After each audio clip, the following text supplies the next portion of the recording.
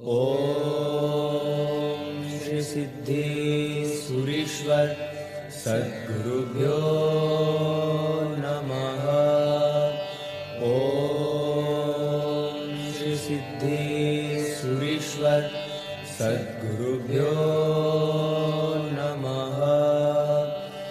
ओम श्री सिद्धि सुरीश्वर सद्गुरुभ्यो नमः। तेरी निगाहे करम जब से मुझ पर पड़ी है, ए गुरुवर, मुझे पीछे मुड़कर देखने की जरूरत ही नहीं पड़ी है। परम पूज्य आचार्य भगवंत श्री सिद्धि सुरीश्वर जी महाराज साहेब के एक परम भक्त के जीवन में घटित सत्य घटना को आपके समक्ष प्रस्तुत कर रही हूँ। मैं रतलाम शहर की निवासी हूँ। बाबजी महाराज साहेब के बारे में हमें कोई जानकारी नहीं थी। हम स्थानकवासी संप्रदाय के हैं, इसलिए किसी जिनालय में नहीं जाते हैं। एक दिन किसी श्रावक ने मुझे जसनामे सिद्धि पुस्तक दी और कहा कि इस पुस्तक को जरूर पढ़ना। मैंने जब पुस्तक को देखा तो उसमें बाबजी महाराज साहेब का फोटो भी था, जिसे देखते ही ऐसा लगा कि दादा साक्षात देख रहे हैं। किताब भी इतनी आकर्षक लगी कि उसे पढ़े बिना रहा ही नहीं गया और आधी से ज्यादा किताब एक बार में ही ऐसे पढ़ ली जैसे कोई प्यासा व्यक्ति एक घूंट में पानी पीता है। उस पुस्तक में दादा के भक्तों के जीवन के अनुभव लिखे थे, जिनको पढ़कर मैं आश्चर्यचकित हो गई कि वास्तव में इस कलयुग में ऐसा भी होता है क्या।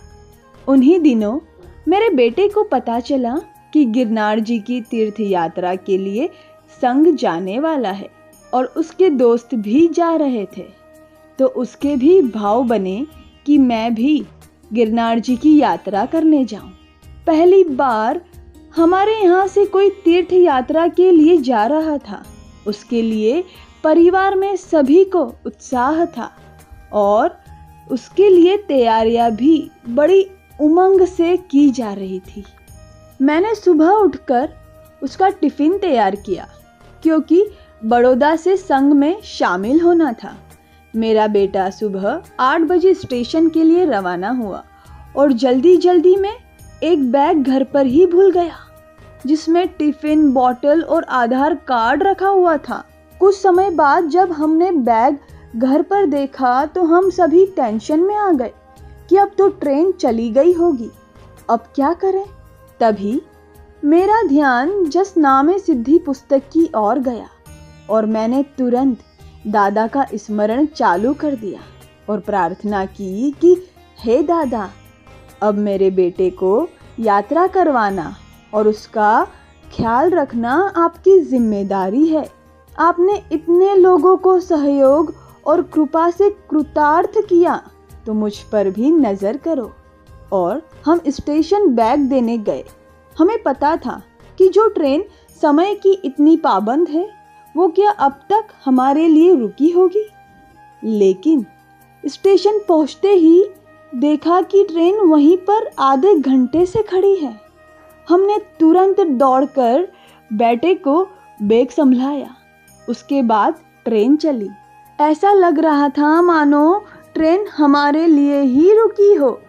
सभी आश्चर्य कर रहे थे कि ऐसा कैसे हो गया, लेकिन मुझे पता था कि ये सब चमत्कार मेरे बाबजी दादा के प्रभाव से ही हुआ है। वास्तव में दादा, आप तो साक्षात हो और इस घटना के बाद पूरे परिवार की श्रद्धा दादा पर अटूट हो गई है। मैं कोई भी कार्य दादा के स्मरण के बिना शुरू ही नहीं करती हूँ। मेरे सभी कार्य दादा की कृपा से हो जाते हैं। तुम मेरे गुरुवर हो, मैं गुण तेरे गाऊं, तेरी महिमा को गुरुवर मैं जग में फैलाऊं। जय जय सिद्धि, जय जय बाबजी।